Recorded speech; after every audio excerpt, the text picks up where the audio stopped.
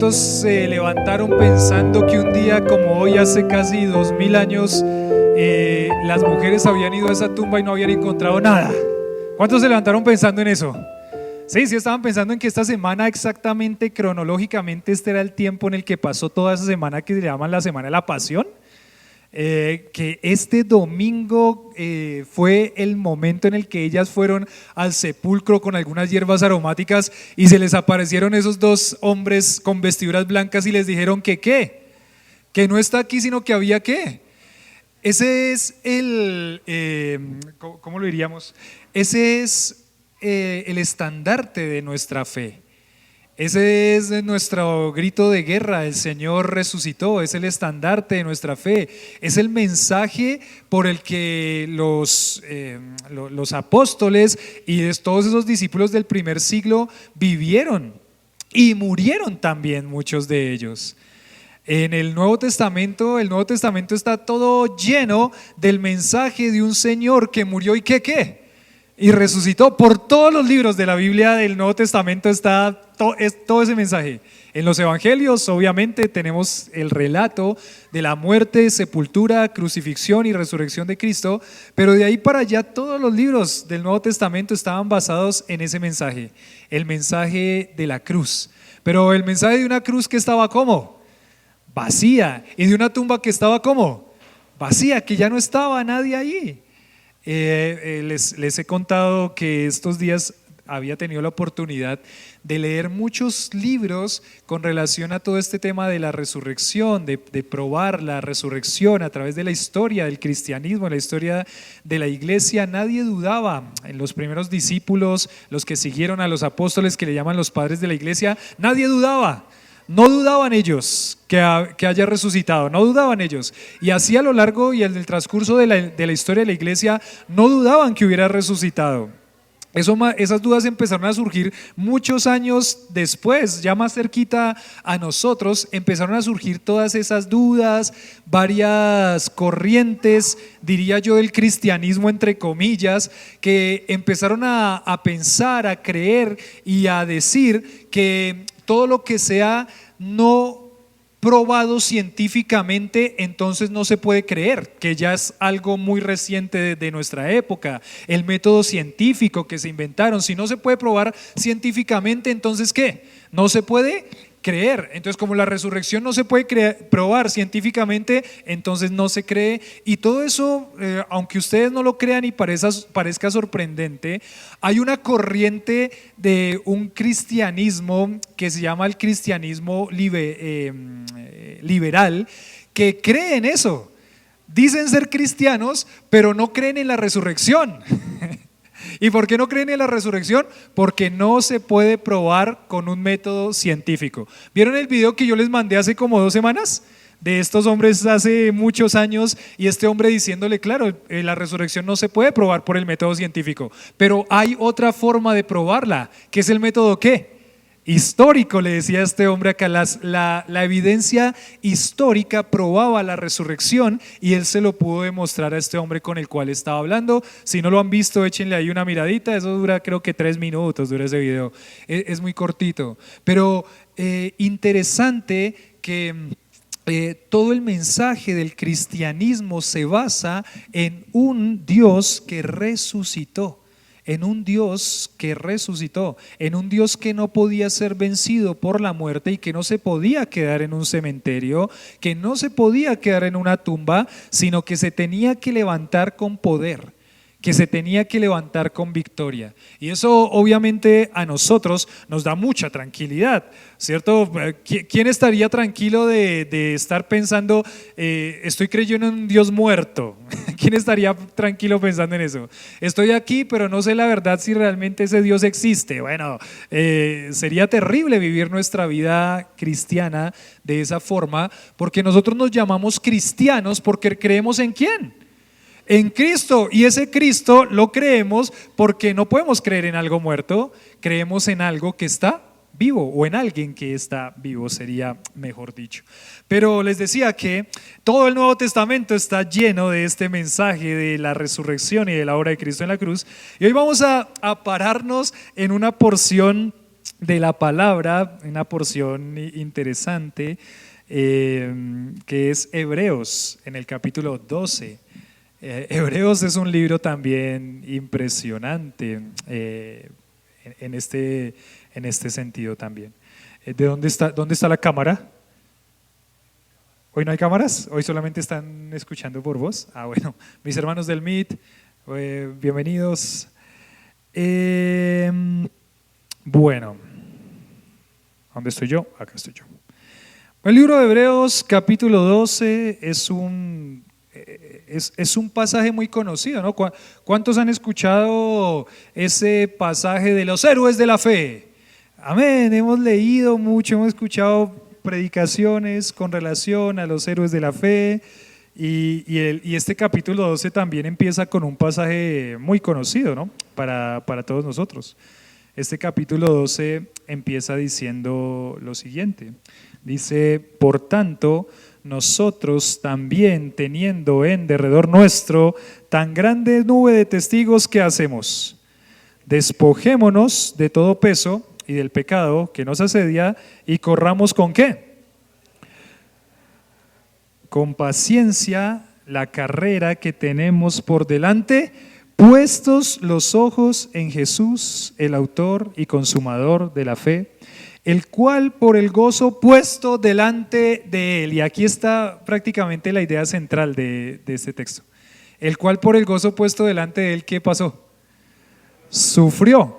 Y esa palabra es una palabra que tenemos que tener ahí muy presente en nuestra mente. La palabra clave es ¿cuál?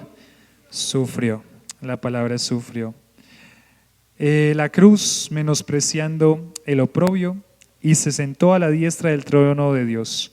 Considerad a aquel que sufrió tal contradicción de pecadores contra sí mismo, para que vuestro ánimo no se canse hasta ¿qué? Hasta desmayar. Bueno, vamos a intentar mirar este pasaje, llenar nuestro corazón de ánimo para seguir adelante en lo que el Señor nos ha llamado a hacer. ¿A qué invita la resurrección? Sería la pregunta para el día de hoy. ¿A qué nos invita la resurrección? Sí, está la resurrección, celebramos la resurrección, pero según este pasaje, ¿a qué invita la resurrección? Por eso el título es Invitación de la Resurrección. La resurrección está haciendo una invitación aquí a la iglesia. Hebreos capítulo 12, versículo 1 al versículo 3. Vamos a orar. Padre, gracias por este hermoso tiempo de domingo. Celebramos cada domingo tu resurrección y quizás cada día al despertarnos y al reconocer a un Dios que nos ha salvado, recordamos, Señor, cada día que somos nuevas criaturas en Cristo Jesús y que nos ha salvado. Padre, hoy es un día en el que muchas personas están pensando en este tema de que hay alguien que murió y que resucitó. Hoy te pedimos, Señor, que muchas personas lleguen a conocerte a ti como Salvador, que puedan llegar a la convicción plena de que el Señor resucitó, de que tú resucitaste para darles vida, vida eterna y vida en abundancia. Permítenos mirar, contemplar este texto. Permítenos disfrutar de tu palabra, permítenos ser exhortados, animados, desafiados, instruidos a través de ella y que podamos, Señor, irla meditando esta semana y cada día de nuestra vida, que esto ponga, Señor, un peso más grande de honor a ti, de temor a ti y de gloria para ti. Señor, a ti damos las gracias, oramos en nombre de Jesús, amén. Bueno, por tanto, también teniendo en derredor nuestro tan grande nube de testigos. Como empieza el texto acá, o esta porción dice por tanto. ¿Qué significa por tanto? Por tanto significa que está conectando lo anterior con lo que va a hablar ahora. Es como una conclusión, concluyendo lo que venía atrás, entonces esto, ¿cierto?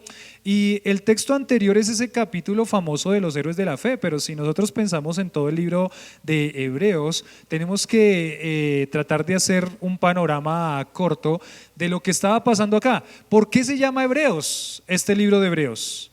Bueno, se llama Hebreos porque el autor, que no sabemos quién es, algunos dicen que Pablo, otros dicen que Silas, ¿Por qué descartan a Pablo? Porque cuando lo ven en su contexto, en su escritura original, ahí en el griego, ven que no tiene el mismo estilo de todas las cartas de Pablo, entonces por eso dicen posiblemente no sea Pablo.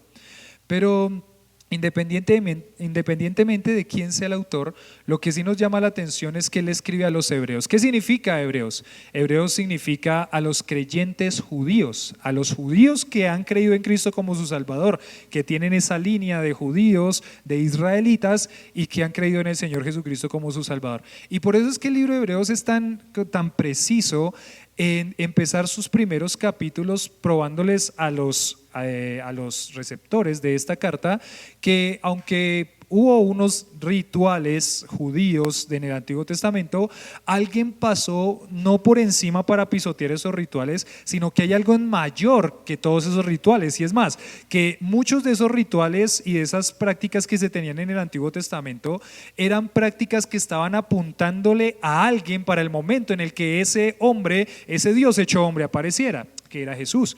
Entonces en los primeros capítulos el autor de Hebreos les va a decir: Jesucristo es mayor que los ángeles, que el sacerdocio de Melquisedec, que es mayor que Aarón, es mayor que los sacrificios, es mayor que todos. Es mayor que todos. Y es interesante porque en ese concepto, en ese contexto más bien, el autor de Hebreos resalta a Cristo como Dios, poniéndolo por encima de todas las cosas que eran quizás lo que los judíos tenían como algo muy valioso, no diciéndoles que eso no sirvió para nada, sino que eso apuntaba a este Cristo, a este Dios hecho hombre. Entonces todo ese contexto nos deja con un Cristo que ha sido exaltado por sobre todas las cosas. Y claro, porque Él es digno de ser exaltado por sobre todas las cosas. Tenemos a un Cristo que está aquí prácticamente el escritor de Hebreos poniéndolo en la cúspide para que todo el mundo vea su grandeza. Pero aparece este capítulo 11 de Hebreos hablando de los héroes de la fe. ¿Por qué Abraham? ¿Por qué Noé? ¿Por qué Jacob? ¿Por qué todos ellos pudieron tener esa fe fortalecida? Porque ellos estaban mirando a alguien. Ellos estaban mirando ¿a quién? Al autor y consumador de la fe. Ellos estaban mirando a Él y por eso es que habían podido obtener esta vida de fe. La vida de fe de Abraham y de Jacob no fue una vida porque ellos tan bonitos y tan lindos que eran. Hemos visto de muchos de estos hombres que eran terribles. ¿Sí o no? Vemos la vida de Abraham y vemos, este es un hombre lleno de fe, ¿sí o no? Abraham es el padre ¿de qué? De la fe, pero cuando uno ve su vida y la examina un poquito más a profundidad, uno dice, mejor que Abraham lo quitemos de esa lista, ¿no? Cuando vemos a Jacob, por ejemplo, hombre de fe, quitémoslo también mejor de la lista, ¿cierto? Para pasar un poquito. Estos hombres y los momentos en los que ellos vivieron por la fe, no mirando de pronto el cumplimiento de lo que Dios les había prometido, estos hombres pudieron hacerlo porque tenían su mirada puesta ¿en quién? En Jesucristo.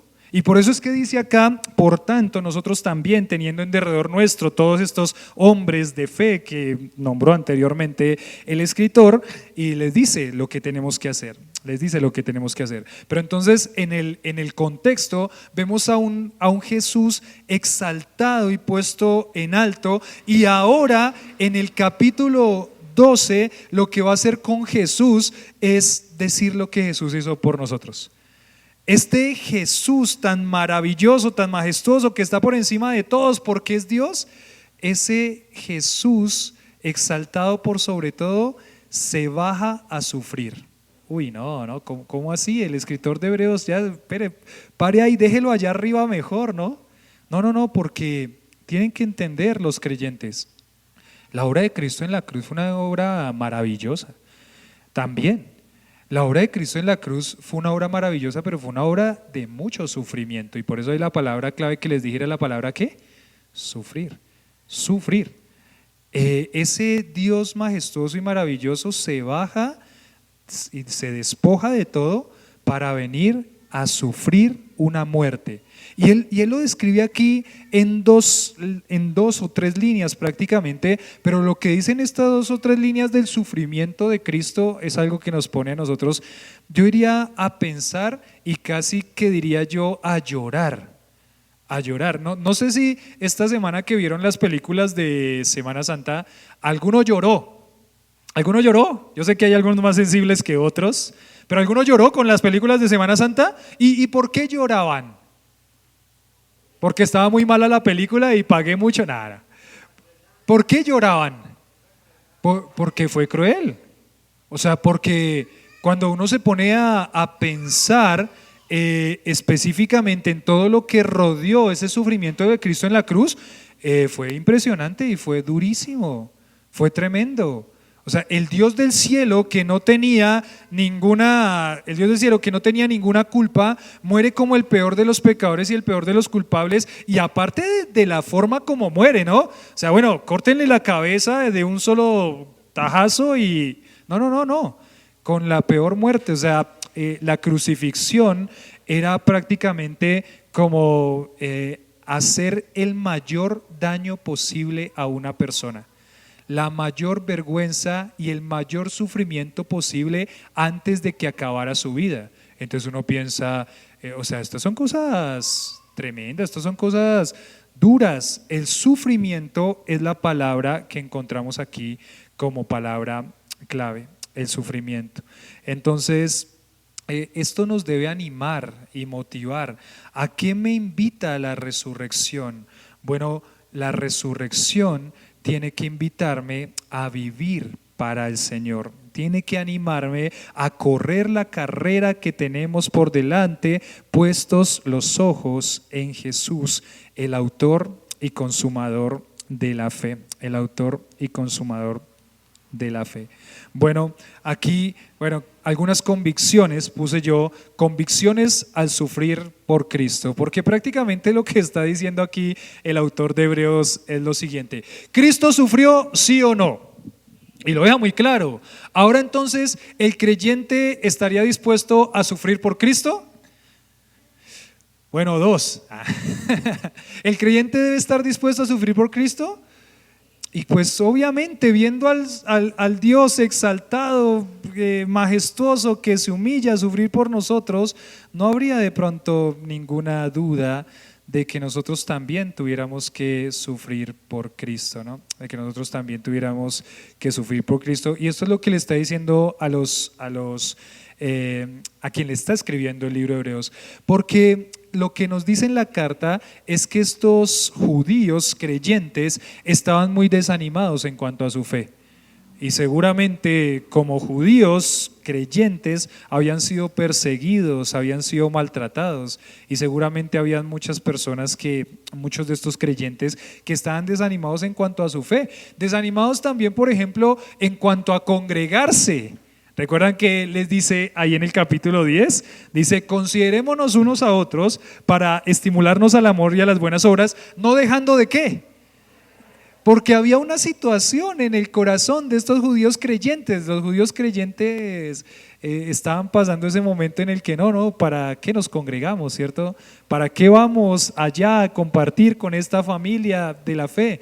Y lo que le van a decir este escritor de Hebreos en el capítulo 12 es: hermanos, consideren a Jesús, pongan sus ojos en Él, pongan su fe en Él, sigan caminando en fe, mirándolo a Él sin desmayar y dispuestos a sufrir por Él, así como Él sufrió por nosotros. Es lo que les va a invitar el escritor de Hebreos. Entonces, convicciones al sufrir por Cristo. Lo primero que encontramos acá: por tanto, capítulo 12, versículo 1 del libro de Hebreos, por tanto, nosotros también, teniendo en derredor nuestro tan grande nube de testigos, despojémonos de todo peso y del pecado que nos asedia, y corramos con paciencia la carrera que tenemos ¿por dónde? Por delante. ¿Listo? Ánimo, mis hermanos creyentes, vamos a mirar a Jesús y vamos a continuar la carrera que tenemos por delante. No desmayen, sigan adelante, miren a Jesús. Cuando sientan que están sufriendo mucho, ¿a quién tienen que ver? A Cristo, que sufrió todo por nosotros. Cuando sientan que están de pronto siendo ultrajados por Cristo, ¿a quién tienen que ver? A Jesús, que murió por nosotros, que no escatimó nada para venir a morir por nosotros. Entonces, corran con paciencia. Tengan en cuenta que la vida cristiana es una vida, ¿cuál les dije que era la palabra clave? sufrir. Tengan en cuenta que la vida cristiana es una vida de sufrimiento. Es una vida de sufrimiento. Sufrimiento, y aquí en este contexto, quizás sí hay muchas aflicciones que vienen en nuestra vida por las cuales nosotros sufrimos, pero es una vida de sufrimiento por ser creyentes. Y eso es una realidad también. Es una realidad que nosotros tenemos.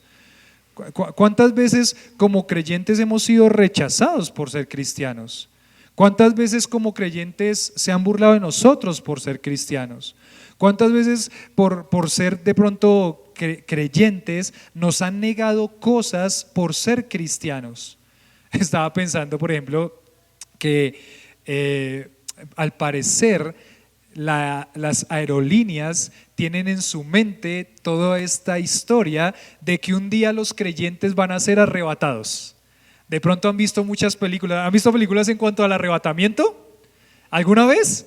Les vamos a poner a ver una serie bien tremenda del arrebatamiento, pero muchas aerolíneas piensan que, y saben o tienen en su mente que quizás algunas veces en algún momento los cristianos van a ser arrebatados.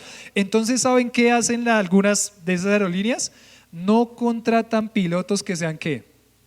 Cristianos, y es de verdad, no es una mentira, es de verdad. No contratan pilotos que sean cristianos. ¿Por qué? Porque qué tal que hayan piloteando, venga el mito ese que dicen ellos, el mito, esa historia del arrebatamiento y el avión se caiga, ¿no? Interesante que el mundo piensa de esa forma, pero puede ser que una persona en una entrevista de trabajo, puede ser que un creyente en algún momento en el que tiene que decir, yo soy cristiano, sea ¿qué? Maltratado, ofendido, burlado, pero el creyente tiene que estar dispuesto a sufrir ¿por quién? Por Cristo. ¿Pensando en qué? ¿Puestos los ojos en quién? En Jesús, el autor y consumador de la fe.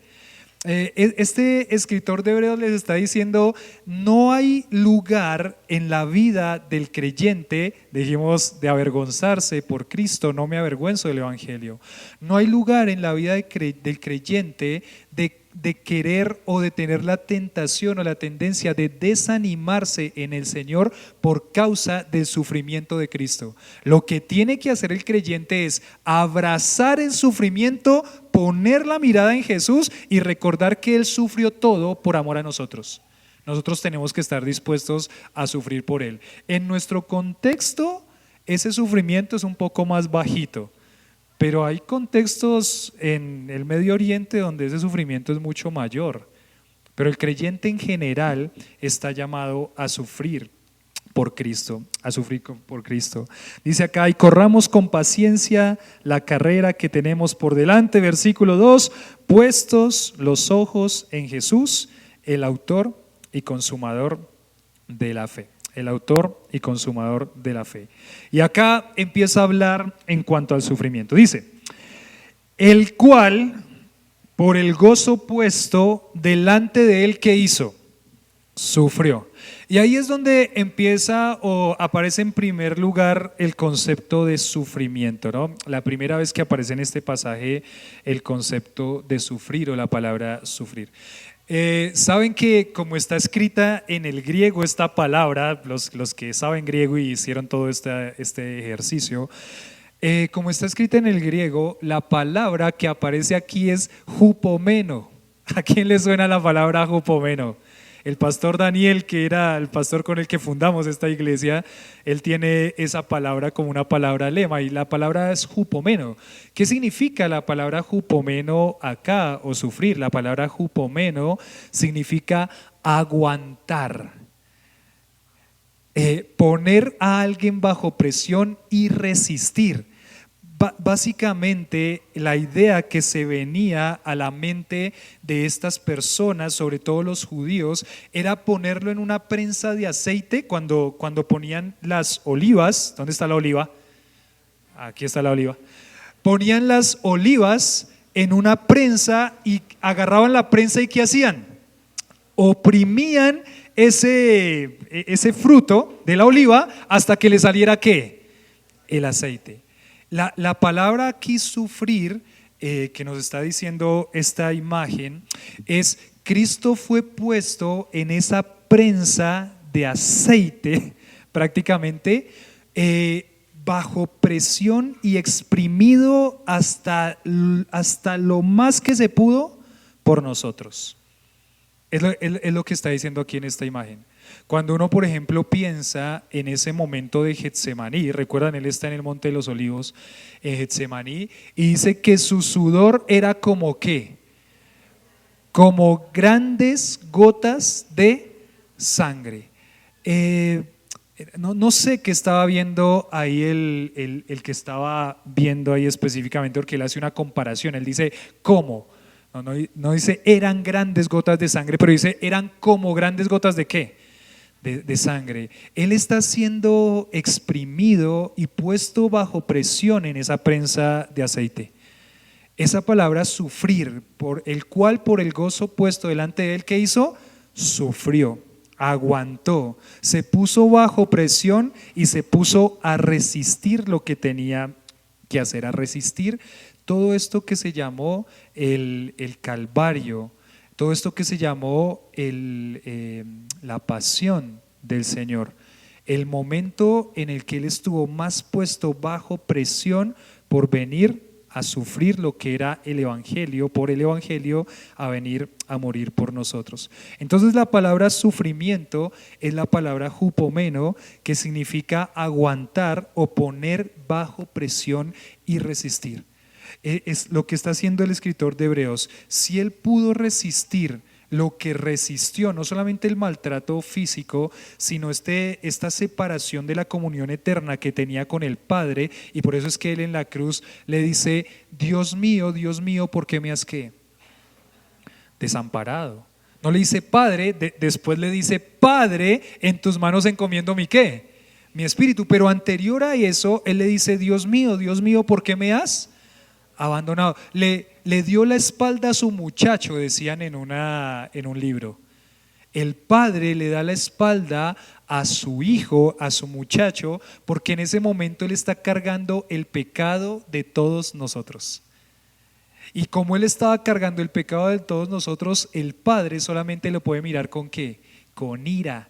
La ira que produce el pecado, la ira de Dios. Por eso en el libro de Isaías dice, por tanto Dios quiso ¿qué? Quebrantarlo. Era necesario ese quebrantarlo al hijo. Por causa del pecado, la comunión eterna que ellos tenían se rompía por un instante, porque él está sufriendo en esa prensa de aceite, exprimido en todas las formas, para venir a morir y pagar lo que nosotros merecíamos pagar. Es tremendo el sufrimiento. ¿A qué me invita el sufrimiento en la cruz de Cristo? A que yo no podría decir no estoy dispuesto a sufrir por Él. Que cuando, por ejemplo, yo digo que soy cristiano y me dicen, ¡ay, cristianito!, en una forma de burla, yo tendría que decir, yo estoy dispuesto a que me digan cristianito por causa de Cristo. Les dije, por ejemplo, ahora yo imprimí unos volantes, se los envié anoche, el volante, no sé si lo vieron, unos volantitos con una tarjeta de BBN para salir y repartirlas a las personas, y dice Cristo, el Señor resucitó, y tiene un versículo de la resurrección. ¿Por qué buscáis en los muertos al que vive? No está aquí, sino que ¿a qué? Resucitado. Y este volante tiene una cita. Me puse a ver, por ejemplo, qué grandes hombres de la historia creían en la resurrección, y ahí tenemos un montón de científicos, tenemos un montón de personas muy reconocidas en los campos de la ciencia que creyeron en la resurrección para llamar la atención de las personas. Esto no es una locura, esto es algo por lo que las personas dieron su vida. Esto es algo por lo que personas vieron morir a sus hijos, a sus abuelitos, a sus esposos, a sus esposas en un coliseo romano. Esto no es algo que fue algo pasajero.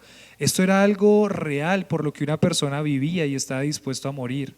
Si Cristo se puso bajo presión en una prensa de aceite con todo lo que sufrió por venir a morir por nosotros, nosotros vamos a estar dispuestos a sufrir por Él, a que nos pongan bajo presión.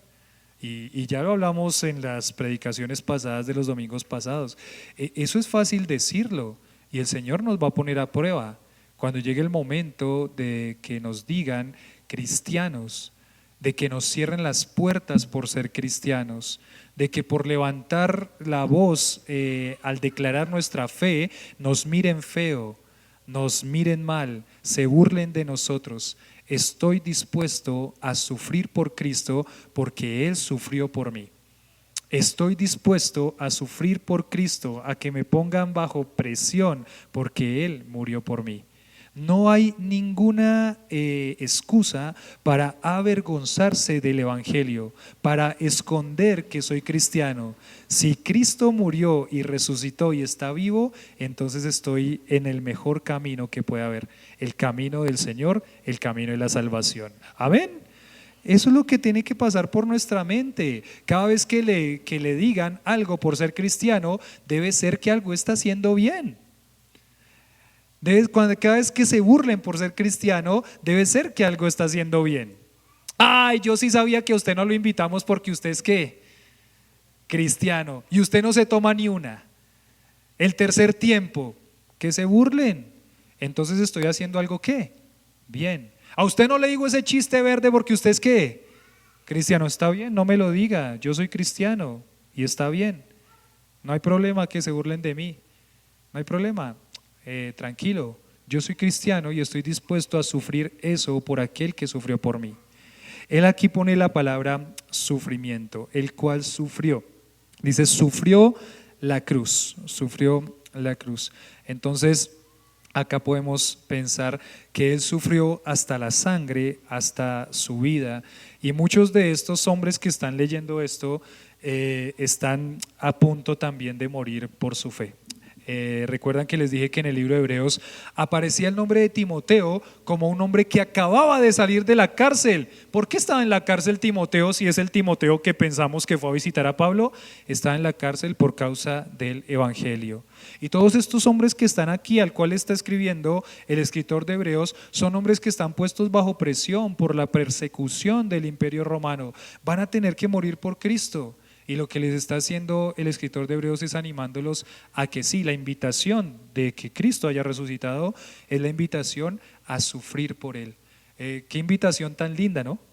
Hermano, reciba una invitación, recibo la invitación, hermano, lo invito a sufrir. Gracias, yo paso. Gracias, yo paso, esta vez paso. No, lo invito a sufrir. Esa es la invitación de la resurrección. Lo invito a sufrir. Consideren a aquel que sufrió la cruz. Lo invito a sufrir. Entonces, este versículo enfatiza que hay un precio que pagar en la vida cristiana. Hay un precio que pagar en la vida cristiana y tenemos que abrazarlo, abrazar ese precio.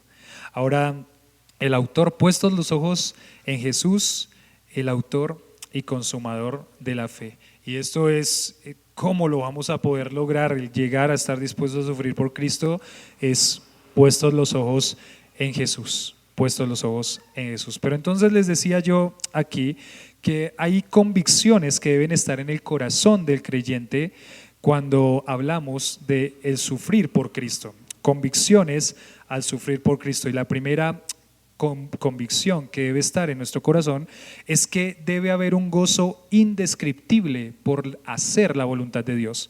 Debe haber un gozo indescriptible por hacer la voluntad de Dios. Bueno, lo que nos dice aquí en el pasaje, capítulo 12, versículo 2, dice, versículo 3, versículo 2, puestos los ojos en Jesús, el autor y consumador de la fe, el cual por el qué.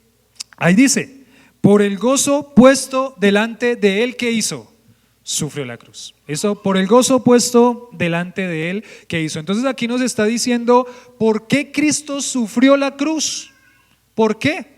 Y lo primero que nos dice aquí es que él sufrió la cruz porque había un ¿qué? Un gozo puesto. Él puso delante no el sufrimiento, no la tristeza, sino que puso delante un gozo. ¿Y cuál era ese gozo?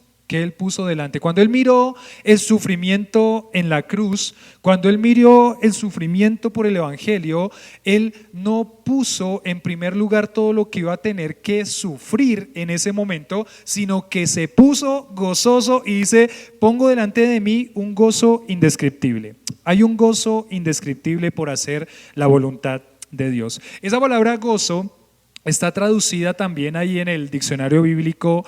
Dice: gozo significaba alegría o estado de felicidad. Alegría o estado de felicidad.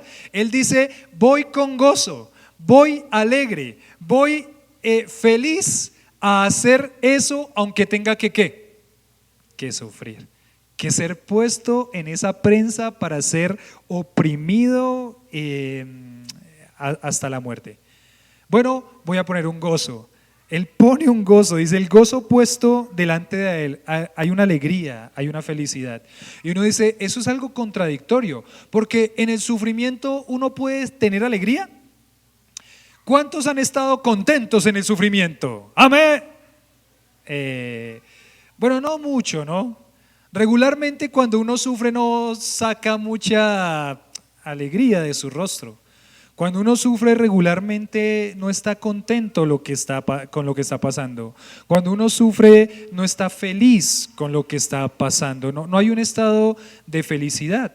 Pero Él dice acá que Él sí estaba feliz y gozoso y alegre por lo que sabía también que iba a producir este sufrimiento en la cruz. Él no está viendo solamente el momento del sufrimiento, Él está viendo lo que va a venir después del sufrimiento. Él no está viendo todo lo que va a pasar en su cuerpo, en su espíritu, en su conexión con el Padre, sino que Él está viendo lo que viene después de eso. Pone por delante del sufrimiento algo. Y eso es una convicción que debe haber en la vida del creyente. Hay un gozo indescriptible por hacer la voluntad de Dios. Miren que hacer la voluntad de Dios en el libro de Romanos dice que la voluntad de Dios es ¿qué? Es buena, es agradable y entonces hay alegría en hacer la voluntad de Dios. Si la voluntad de Dios es buena, entonces pues no es mala. Si la voluntad de Dios es agradable, entonces no es desagradable. Y si la voluntad de Dios es perfecta, entonces significa que es completa la voluntad de Dios. Entonces cuando uno piensa en hacer la voluntad de Dios, dice: pues hacer la voluntad de Dios es lo mejor que puedo hacer como creyente, ¿sí o no? Si la voluntad de Dios es buena, es agradable y es perfecta, entonces es algo que va a traer un beneficio, un fruto para mi vida y para la obra del Señor, para que el Señor sea engrandecido, también para guardar mi alma del mal, de las consecuencias del pecado. Entonces, hacer la voluntad de Dios es lo mejor que puede hacer un creyente. Pero no solamente hacer la voluntad de Dios, sino que poner la mirada en que hay un gozo indescriptible en hacer la voluntad de Dios, en que hay una satisfacción que viene a la vida del creyente por hacer la voluntad de Dios, que no es una satisfacción que es pasajera, sino que es una satisfacción permanente, porque estoy andando, estoy caminando en la voluntad de Dios, porque estoy siguiendo, porque estoy obedeciendo la voluntad de Dios. Y eso fue lo que hizo Cristo. Cuando uno, por ejemplo, ve la oración en Juan 17, Él dice lo siguiente. Si quieren allá ir a Juan 17 rápidamente. En Juan 17 prácticamente, que es la oración que Jesús hace antes de pasar todo este momento también de Getsemaní, dice Juan 17:1. ¿Ya llegaron ahí a Juan 17:1? En Juan 17:1 dice así: estas cosas habló Jesús y levantando los ojos al cielo dijo: Padre, ¿la hora a qué? Ha llegado, glorifica a tu Hijo para que también tu Hijo te glorifique a ti. Como le has dado potestad sobre toda la carne para que dé vida eterna a todos los que le diste. Y esta es la vida eterna, ¿cuál es? Que te conozcan a ti, el único Dios verdadero, y a Jesucristo, ¿a quién has? Yo te he glorificado en la tierra. ¿Cómo?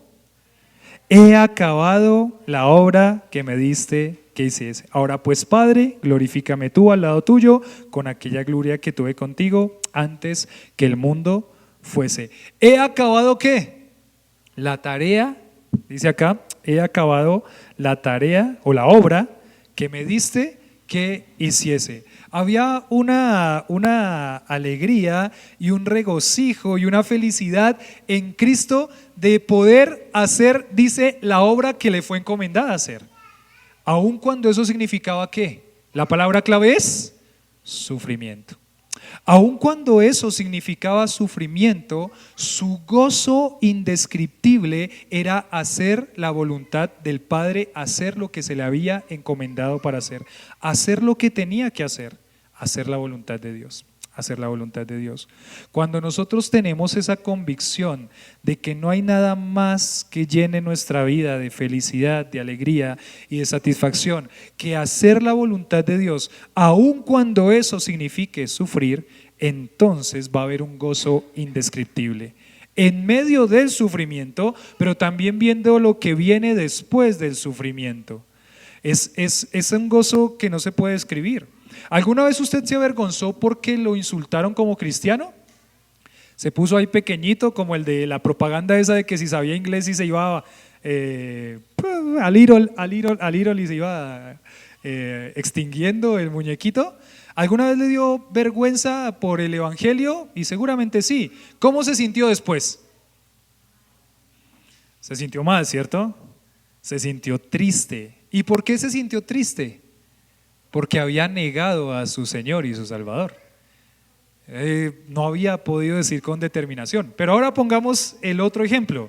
¿Hubo alguna vez en la que usted sufrió por Cristo, dijo que era creyente, alguien lo miró mal, alguien le hizo una burla, alguien cualquier cosa, pero usted se mantuvo firme y dijo sí?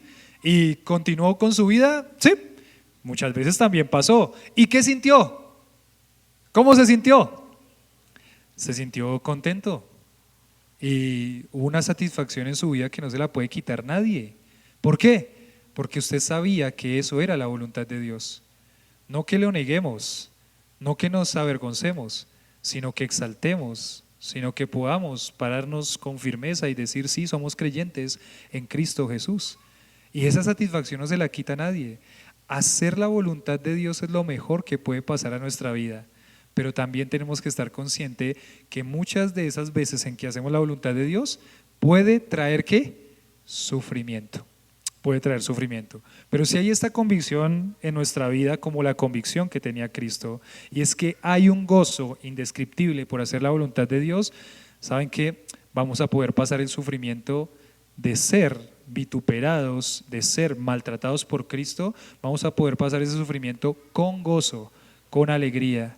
Y decir, Señor, gracias porque para eso me pusiste aquí en la tierra para exaltar tu nombre y lo estoy haciendo de una manera, aunque sufrida, lo estoy haciendo para gloria y honra tuya, para honra y honra tuya.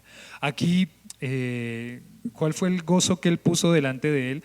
Y algunos piensan quizás dos conceptos. Dice, en primer lugar, el sentarse luego a la diestra del trono de Dios podría ser el gozo puesto delante de él, estar sentado a la diestra del trono de Dios, sentarse allí para ser totalmente reconocido como príncipe y salvador. Y creo que cuando uno mira el libro de Apocalipsis, uno ve cuando el Padre le entrega al Hijo todas las naciones, lo pone en el trono.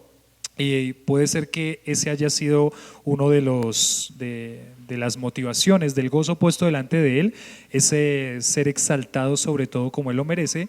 Pero también alguien puso aquí en este comentario, dice, para dar el arrepentimiento y la remisión de pecados. ¿Qué significa? Para poder completar esa obra de salvación, él tenía que morir. Para poder completar esa obra de redención, él tenía que morir. Para poder dar esa vida eterna, él tenía que ¿qué?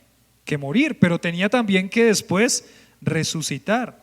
Y muchos de los comentaristas piensan que el gozo puesto delante de él era la salvación y la remisión de pecados de aquellos que iban a creer en él como Salvador. De que ya no iban a tener condenación, sino que iban a tener vida eterna. Y eso es algo maravilloso, porque en cierta forma cuando uno piensa en este concepto de que el gozo que tenía Cristo para pasar ese sufrimiento, que puso delante ese gozo del sufrimiento, éramos nosotros los que creímos o los que creemos en Cristo Jesús a lo largo de la historia. Es impresionante. Por eso es que cuando pensamos que Cristo Jesús se puso en esa cruz para ser maltratado por cada uno de nosotros, entonces uno se queda sin palabras, queda sorprendido, porque el gozo de Él era vernos a nosotros con una nueva vida en Cristo Jesús. Que el gozo de Él era darnos a nosotros salvación. Que el gozo de Él era quitarnos de la condenación del infierno y darnos una vida eterna. ¿Qué piensan de eso? Tremendo el pensar de esa forma. El gozo éramos nosotros. Y cuando uno regresa otra vez a Juan 17, no vamos a ir allá nuevamente, pero cuando uno regresa a Juan 17 y ve el final de esa oración que acabamos de ver en principio, él dice que ora por aquellos que iban a creer después de la predicación de los apóstoles. O sea que está pensando ¿en quién? En nosotros. Él está pensando en aquellos que van a creer después de la predicación, es decir, en nosotros. Él sabe que la muerte en la cruz y que todo ese sufrimiento es grande, pero Él no ve el sufrimiento, Él ve lo que viene después del sufrimiento, y seguramente Él ve a toda esa cantidad de miles de millones de personas creyendo en Él como su Salvador y teniendo vida eterna, y pasando de muerte espiritual y teniendo vida eterna, y viviendo una vida que ya el pecado no tiene poder sobre Él, sino que tiene victoria sobre el pecado. Es muy lindo pensar en todo lo que significó la cruz para Cristo, pero la determinación y la convicción era esta: hay un gozo indescriptible por hacer la voluntad de Dios. Y quizás eso es lo que tiene que quedar en nuestro corazón, hasta que lleguemos a la convicción de que hay un gozo indescriptible por hacer la voluntad de Dios, a pesar de que tengamos que sufrir, a pesar que tengamos que sufrir. ¿Cuál es mi objetivo en la vida? Hacer la voluntad del Padre, aun cuando tenga que sufrir. Y cuando me vituperen, y cuando se burlen, y cuando me maltraten, hacer la voluntad de Dios. Ese es mi objetivo, esa es mi convicción, ese es mi gozo, esa es mi satisfacción. No hay nada más que me llene como hacer la voluntad del Padre, de Dios, el cual me salva. Entonces, decía otro comentario, el gozo venidero, ¿cierto? El gozo venidero desarmó, lo pone aquí, de su aguijón al presente dolor. ¿Está sufriendo? Sí. ¿Pasó por un momento terrible siendo exprimido? Sí. Todas esas gotas de sangre que cayeron y toda esa noche y ese día que parecía interminable en sufrimiento, sí. Pero todo eso se desarmó pensando en el gozo que venía después de eso.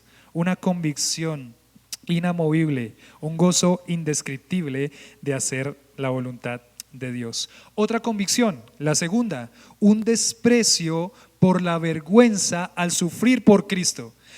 Ya llevamos casi 3 predicaciones con esta, hablando de que no nos avergonzamos por el Evangelio. Cayó hoy otra vez, Dios en su soberanía cayó hoy otra vez. Pero hasta el punto en que lleguemos a despreciar la vergüenza por sufrir por Cristo o al sufrir por Cristo.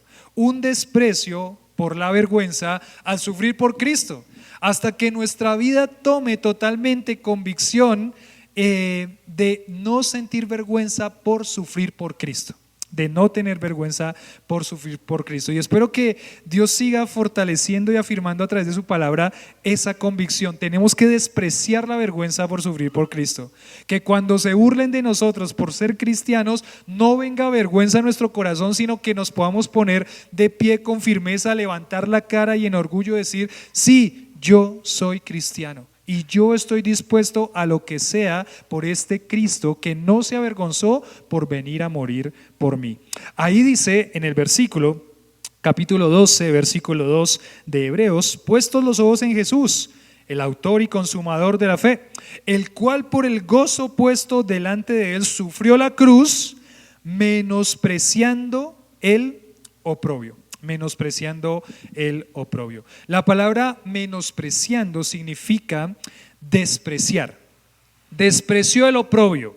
Esa palabra despreciar siempre se utiliza de una forma de pronto negativa, ¿cierto? Cuando uno dice fui despreciado, no es algo lindo, es algo malo.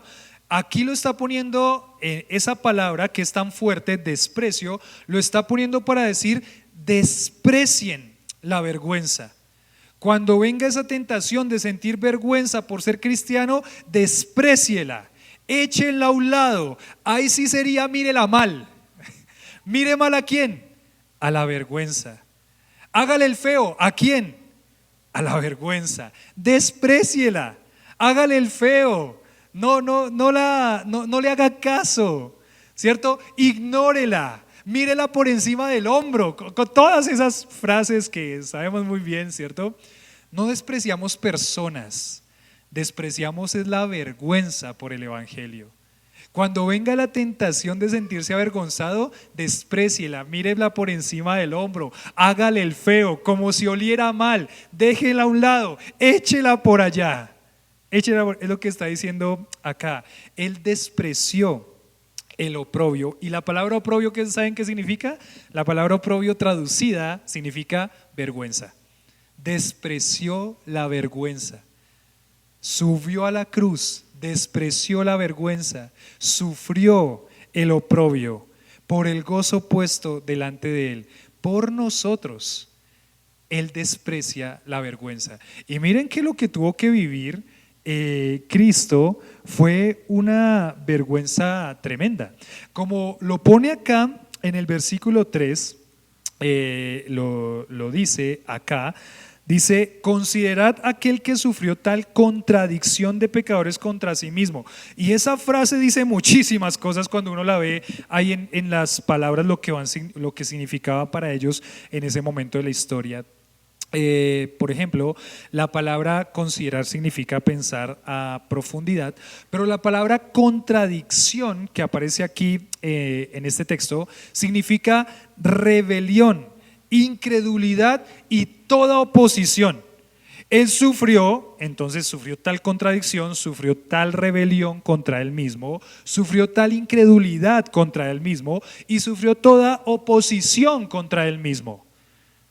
Eso fue lo que él tuvo que sufrir. Cuando él dice acá que menosprecia o despreció la vergüenza, le hizo el feo a la vergüenza, hizo a un lado la vergüenza, bueno, sí, ya desde el primer momento es muchas las cosas que él tiene que sufrir.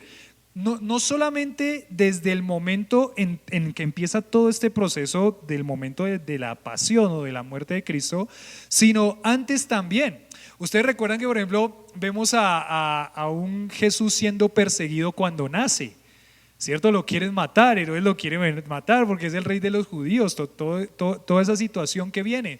Cuando Jesús ya está en su ministerio terrenal, por ejemplo, se me ocurre cuando a Jesús le dicen que él es nacido de fornicación. ¿Recuerdan ese pasaje, ese texto en Juan? Que le dice que él es nacido de fornicación. ¿Por qué le dicen que él es nacido de fornicación? Porque ellos en la mente como judíos pensaban, claro, es que Jesús no es hijo de ¿quién? De María, de José, perdón. Jesús no es hijo de ¿quién? De José. Si Jesús no es hijo de José, entonces ¿de quién es? Lo que estaban diciendo, esa María tremenda, le fue infiel a José y quedó embarazada. Eso era lo que le estaban diciendo.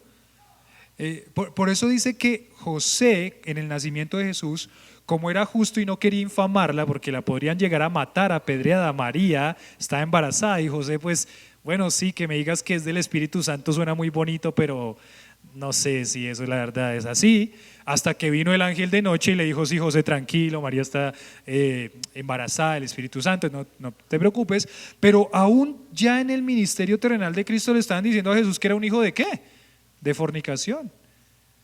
O sea, la vergüenza como ser humano, el oprobio como ser humano, Dios hecho hombre, 100% Dios. La tentación, un ataque directo también. Todo lo que tuvo que sufrir con estos líderes religiosos, tú diciendo que eres hijo de Dios, o sea, Dios mismo, y dice que agarraron para apedrearlo. ¿Y qué pasó? Pasó por entre ellos. Lo iban a agarrar una turba para lincharlo. ¿Y qué pasó? ¿Alguna vez usted estaba a punto de que lo linchen? Nunca, nunca en la vida. A mí lo máximo me escapé de que me echaran huevos en la cabeza en un cumpleaños y fue bastante angustiante, la verdad, pero alcancé a llegar al Transmilenio. Pero fue bastante angustiante que a uno lo estén persiguiendo para matarlo, que a uno esté en una multitud y que la multitud quiera agarrarlo para lincharlo. Eso no es algo fácil de llevar. O sea que el oprobio, la vergüenza y el desprecio y el sufrimiento fue en todas las áreas, en todas las áreas. Entonces él tenía la convicción, hay que despreciar esa vergüenza de sufrir por Cristo, menospreciando la vergüenza. Acá en este comentario que encontré decía: de igual manera que Cristo, la humillación de los que sufren por causa del Evangelio no tiene comparación con la seguridad de la gloria futura. En primer lugar, ¿está tentado a avergonzarse el Evangelio? Bueno, convicción firme, no me avergüenzo del Evangelio, lo hago a un lado. Cristo menospreció la vergüenza para morir por mí. Entonces, en primer lugar, pero también muchos pasajes en la Biblia nos dicen que lo que vivimos en esta tierra no es comparado con la gloria futura que nos espera en los cielos. Entonces hacia allá vamos. Por eso, puestos los ojos ¿en quién? En Jesús. Puestos los ojos en Jesús. No importa si nos vituperan, si nos maltratan, aun si nos matan. Cuando nos maten, los que estamos en Cristo Jesús, cerramos nuestros ojos y estamos ¿en dónde? En la eternidad, porque Cristo nos salvó. Estamos dispuestos a despreciar la vergüenza por sufrir por Cristo. Miren lo que dice Mateo 5:10. Si quieren ir allá a Mateo capítulo 5, versículo 10. Mateo capítulo 5, versículo 10. Mateo 5:10 dice así. ¿Llegaron ahí? Mateo 5:10. Empezando con las bienaventuranzas en el sermón del monte, el sermón o la predicación más linda que ha habido sobre la tierra, dice Mateo 5:10, bienaventurados los que ¿qué? Los que padecen persecución por causa de ¿qué? Porque de ellos es el reino de los cielos. ¿Por qué es el reino de los cielos de aquellos que están dispuestos a sufrir por causa de Cristo? Porque solamente aquellos que son creyentes van a sufrir por causa de Cristo. El que no es creyente, no importa, va a salir corriendo en el primer momento en el que tenga que sufrir por Cristo. Solamente el que ha sido transformado por el Evangelio está dispuesto a sufrir por Cristo. Yo espero que no tenga que pasar eso en nuestro contexto nunca, de que tengamos que tener una persecución para darnos cuenta si somos creyentes o no. ¿Es creyente en Cristo Jesús? Quizás hoy sería un buen día para decirle al Señor que lo salve. Pero bienaventurados los que padecen persecución por causa de la justicia, porque de ellos es el reino de los cielos. Hermanos, el que es creyente va al reino de los cielos. El que es creyente tiene vida eterna en Cristo Jesús. No hay por qué avergonzarse. Bienaventurados los que padecen. Pero mire que el 11 sigue, Mateo 5:11. Bienaventurados sois cuando por mi causa os ¿qué? Vituperen y os y digan toda clase de mal contra vosotros, mintiendo. Gozaos y alegraos, porque vuestro galardón es grande. ¿En dónde? Porque así persiguieron a los profetas que fueron antes de vosotros. Bueno, ¿vamos a sufrir por Cristo? Sí. ¿Cómo tiene que ser la convicción? Gozo indescriptible por hacer la voluntad de Dios. En segundo lugar, al punto de que podamos despreciar la vergüenza al sufrir por Cristo. Y creo que tendríamos que pensar en qué formas desafiamos nuestro corazón a no sentir vergüenza por Cristo. Estoy pensando, por ejemplo, en el carro. ¿Qué se podría poner? ¿Qué se podría poner en el carro? En la moto, ¿qué se podría poner?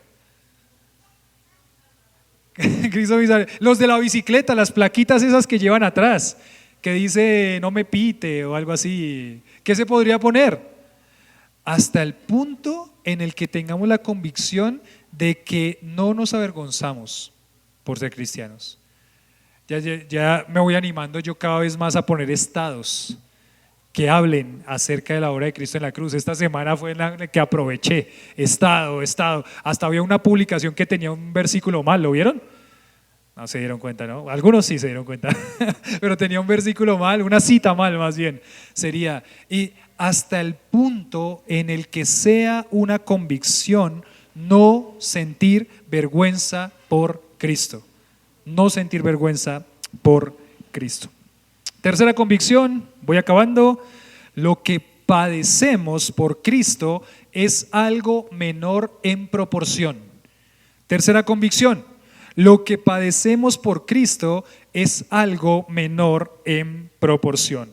Hebreos 12:3 dice así: considerad a aquel que sufrió, otra vez la palabra, tal contradicción de pecadores contra sí mismo. Considerad, la palabra considerad aquí está traducida como pensar a profundidad.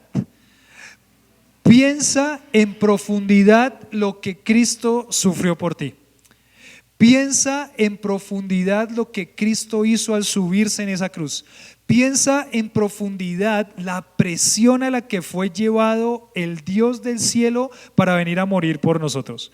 Piénsalo en profundidad. Piensa en profundidad el sacrificio de Cristo en la cruz. Piensa en profundidad el sufrimiento de Cristo en la cruz, que sufrió tal contradicción, rebelión, incredulidad y toda oposición contra sí mismo. Y ahí es cuando uno dice, tremendo, porque lo que padecemos nosotros por Cristo es muy menor en proporción a lo que Cristo sufrió por nosotros, es algo menor. Tiene que haber esa convicción. Tiene que haber esa convicción. Yo les he dicho, por ejemplo, esta semana, ahora de pronto en los anuncios, esta semana tengo que ir a la selva, otra vez, por 5 días. Tengo que ir a la selva, viene Gaby de Lon, el pastor argentino, y vamos a la selva el viernes a seguir compartiendo con los hermanos curripacos, ahí seguir fortaleciendo las iglesias de la selva, y salimos el jueves, salimos para Puerto Inírida, estamos a 4 horas, este viaje es más cortico porque no hay que tomar avioneta, 4 horas por el río. Vamos a ir con Gaby a la selva. Y muchas veces la situación con todo esto de la selva ha sido un sufrimiento, diría yo. ¿Recuerdan todo esto del aeropuerto? Y que las visas, el pasaporte, y que los pasajes, y desde Argentina me decían, Juli, ve y háblale a Avianca, habla con el gerente, me decía el pastor Matías, si tiene que hablar con el gerente, con el presidente de Avianca, si tienes que hablar con el presidente de la República, hazlo. Y yo, no puede ser, 5 horas en el aeropuerto, tratando de ver que puedan viajar estos indígenas hacia Argentina, ya regresan la otra semana también de lo que estuvieron compartiendo allá. Y yo decía, no puede ser esto, y todo el tiempo que esto requiere, y todo el dinero y esfuerzo que esto requiere. Y viene a mi mente una frase, dos frases. Una que me dijo Lili me dijo, pero lo que sufrió la señorita Sofía por estos curripacos fue mucho más grande que esto. Ahí me desarmó ya, que me estoy quejando. Voy en carro hasta el aeropuerto, ella iba en lancha, en remo, por los ríos, caminando por el lodo, con sus pies ampollados por el evangelio, por estos curripacos. Yo no estoy haciendo nada aquí peleando con el gerente de Avianca. Y en segundo lugar, una frase que el pastor Daniel creo que dejó muy marcada en mi mente: ningún sacrificio es comparado con lo que Cristo hizo por ti en la cruz. Entonces, en proporción, el sufrir por Cristo, nosotros no sufrimos absolutamente nada. Nada. En proporción, no estoy diciendo que no sea válido lo que sufrimos, no, en proporción lo que sufrimos por Cristo no es algo muy menor, es algo muy menor. Entonces, considerar, cada vez que sufra por Cristo, ¿qué es lo que tiene que pensar? Cristo sufrió por mí. Al que sufrió tal contradicción, rebelión, cuando por mantenernos firmes en Cristo, nuestros hijos se rebelan, ¿qué tiene que pensar? Este sufrimiento es menor al que sufrió Cristo por mí. Incredulidad cuando su familia que no es creyente o los que les predica Cristo no creen y le dicen que vaya otro con ese cuento. Ahorita cuando salgamos un momentico y repartamos algunos de esos volantes con tarjetas de BN, me acuerdo que eso lo hicimos hace como 2 años y me acuerdo una persona en el parque de Soacha que me dijo a mí no me venga con esas vainas, se lo puede llevar. Y en ese momento uno se siente en proporción, no, esto no es nada con lo que Cristo sufrió, listo, está bien, sigo, otra persona lo recibirá, no hay ningún problema. Lo que padecemos por Cristo es algo menor en proporción. Rebelión, incredulidad y toda oposición cuando se oponen, nuestra familia, nuestros hijos, a nosotros, por Cristo, por nuestras convicciones en Cristo. ¿Qué tiene que pensar? Una convicción. Lo que padecemos por Cristo es algo menor en la proporción de lo que Cristo padeció por nosotros. Él es digno de que se rebelen a nosotros por seguirlo a Él. Él es digno de que las personas nos maltraten en incredulidad por seguirlo a Él. Y Él es digno de sufrir oposición por seguirlo a Él. Entonces, tranquilos, no me avergüenzo del Evangelio. Y en cuarto lugar, última convicción que debe estar en nuestra vida cuando pensamos en este sufrimiento por Cristo, es que el sacrificio de Cristo por nosotros nos alienta. El sacrificio de Cristo por nosotros nos alienta, y termina esa frase ahí, solamente la última frase del versículo 3 diciendo: para que vuestro ánimo no se canse hasta ¿qué? Hasta desmayar. ¿Alguna vez has sentido que desmaya? Sí, pero no por Cristo, creo. Bueno, no, sí, con todo esto de los curripacos yo sentía que desmayaba, sí sentía que desmayaba. Bueno, tranquilo, no se canse hasta qué, hasta desmayar, siga adelante, ánimo, piense en el sacrificio de Cristo, su ánimo no se canse hasta desmayar. Y la palabra cansarse ahí significa desalentarse. No se desalienten hasta desmayar, tranquilos. Y después el siguiente versículo dice: porque aún no habéis resistido hasta la ¿qué? Hasta la sangre, por eso es menor en proporción. No, esto no es ni comparado con lo que Cristo hizo por nosotros. Entonces, el sacrificio de Cristo nos alienta.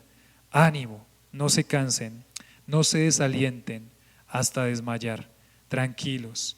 Esto solamente es una breve tribulación momentánea que produce en nosotros un cada vez y más excelente peso de gloria. La eternidad no se compara con lo que sufrimos aquí en la tierra. Entonces, ánimo, creyentes, ánimo, iglesia, ánimo a padecer por Cristo, a sufrir por Cristo, a ser valientes por Cristo y a hacer la voluntad de Dios con un gozo indescriptible que sobrepase todo entendimiento. ¿Y usted por qué está tan feliz si lo acabo de ofender por ser cristiano? Ay, porque no hay nada más lindo que hacer la voluntad de Dios. Trae una satisfacción más grande que jugar PlayStation toda la noche.